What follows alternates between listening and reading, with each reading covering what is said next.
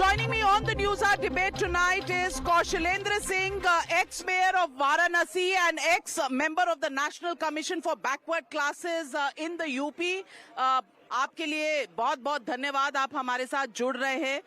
To the right of me is Dr. Anand Ranganathan, scientist, scientist turned cephalogist. The science of elections is something you've been perfecting. Also joining me tonight is Rohit Agarwal, spokesperson of the RLD. From this side to this side, how's life for you, Rohit Agarwal? To my left, I have Vivek Silas, national spokesperson of the Samajwadi Party. To his left is Tehseen Poonawalla, political analyst, supports the Congress Party more than the Congress Party itself. And to his left is Sabah Naqvi, senior journalist. Hello. We've seen several elections together. My first question goes out on this particular day, Anand Ranganathan, on whether this election, many say is not a wave election, but when you are in Kashi, how do you see? No wave election. Are people expecting a wave even when Prime Minister Modi is asking for a third term from the voters of India? He's no longer a novelty element as he was in 2014. In 2019, not many people saw a wave, but you know what the results were. They were better than 2014. This time around, are people expecting to see a wave where there is none, or is there just a conclusion that aayega to Modi hi? First of all, good evening, Navika, and good evening to my wonderful fellow panelists. A special hello to Sabah, a big fan called Rabies who said, please say hello to Sabah, and to Tehseen as well. I feel blessed, and I feel very lucky. Blessed because I'm in the...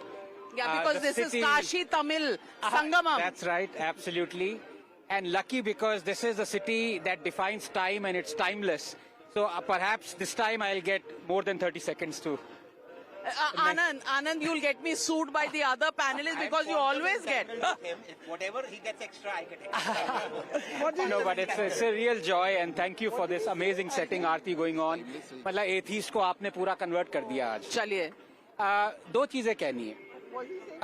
I think अगर इसके थोड़े से depth में जाएं, I think we've talked ad nauseum about the schemes, about everything. मतलब सब हो गया जैसे आपने कहा. Last stop है ये. इसमें मैं एक चीज कहना चाहूंगा कि I think it is voters get emotional only during anti-incumbents. You talked about wave. Well, we are Ganga मैया के तट पे हैं तो ripples हैं, wave नहीं है. अगर ripples 400 पार करा दें तो वो अलग बात है. But the fact is, pro-incumbency, people don't vote for emotional reasons. You can look the progression from 2014 to 2019 to 23. In pro-incumbency, which was 2019, and I say that it is this time as well, people are not going to be voting emotionally for Modi. वो time 2014 का था, anti-incumbency. They are going to be voting on delivery. Modi has delivered. The problem is cacophony of elections. जैसे 1.5 घंटे की उन्होंने speech दी, उसमें से 2-3 words निकाल लिए.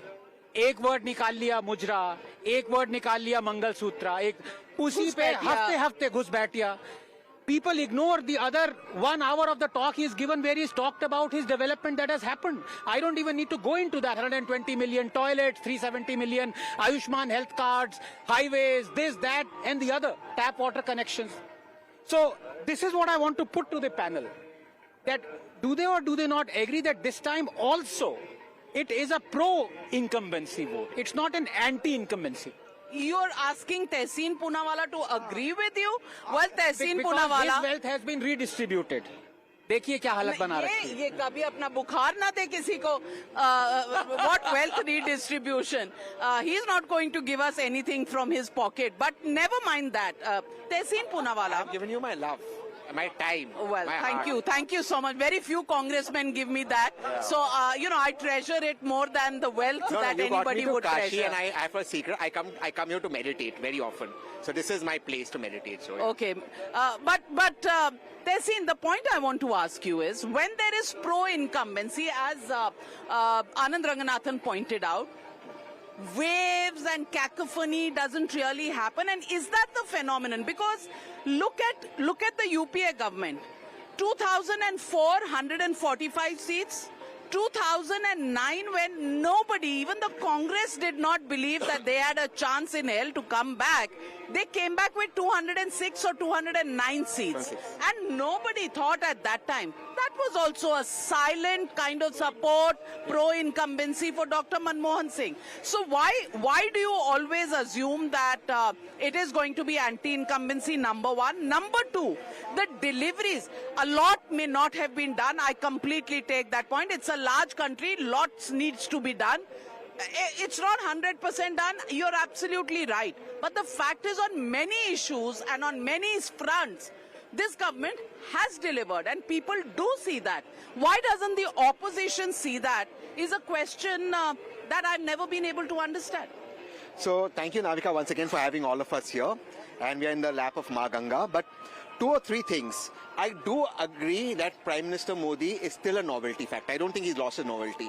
People think it's a novelty factor that how after 10 years, one man still cannot deliver and blame everyone from Aurangzeb to Nehru for his failures. So people still, he brought in the late Bharatiya Rajiv Gandhi also. So he's a novelty factor. And Anand spoke about 120 million toilets. Just while coming to pick you up, Anand, my driver had to stop. They couldn't find a toilet in Banaras. And the toilet they found, he couldn't wash his hands. I'm being honest about it, right here on the road, coming to pick you up. So that is the Prime Minister's delivery, which I agree with you. He's not delivered anything. But the fact they're making toilets for women. Really? So they're not making toilets on the road for men. Okay. I didn't know that. I thought Swachh Bharat included all genders, Okay, but now I know. make your point. But the fact of the matter is, look, let's not get into small things. On many fronts, this government has delivered. Of course, all governments deliver. But on most fronts, it's failed. It's failed so spectacularly that today, people are asking that all the things that the media or people who are pro-BJP put it out, why can't the Prime Minister put it out? Therefore, a desperate Prime Minister had to resort to the M. A desperate M for Modi to resort to Muslims, Mangal Sutra, and last and not the least, Mujra. Why does the Prime Minister of the greatest country in the world, elected from the land of Ma Ganga, elected from Kashi, have to resort to Mujra? Does that behove a Prime Minister? Because he's afraid, he's scared, he knows he's losing, he might even lose in Kashi. He might lose in Kashi. He might even lose. He might lose.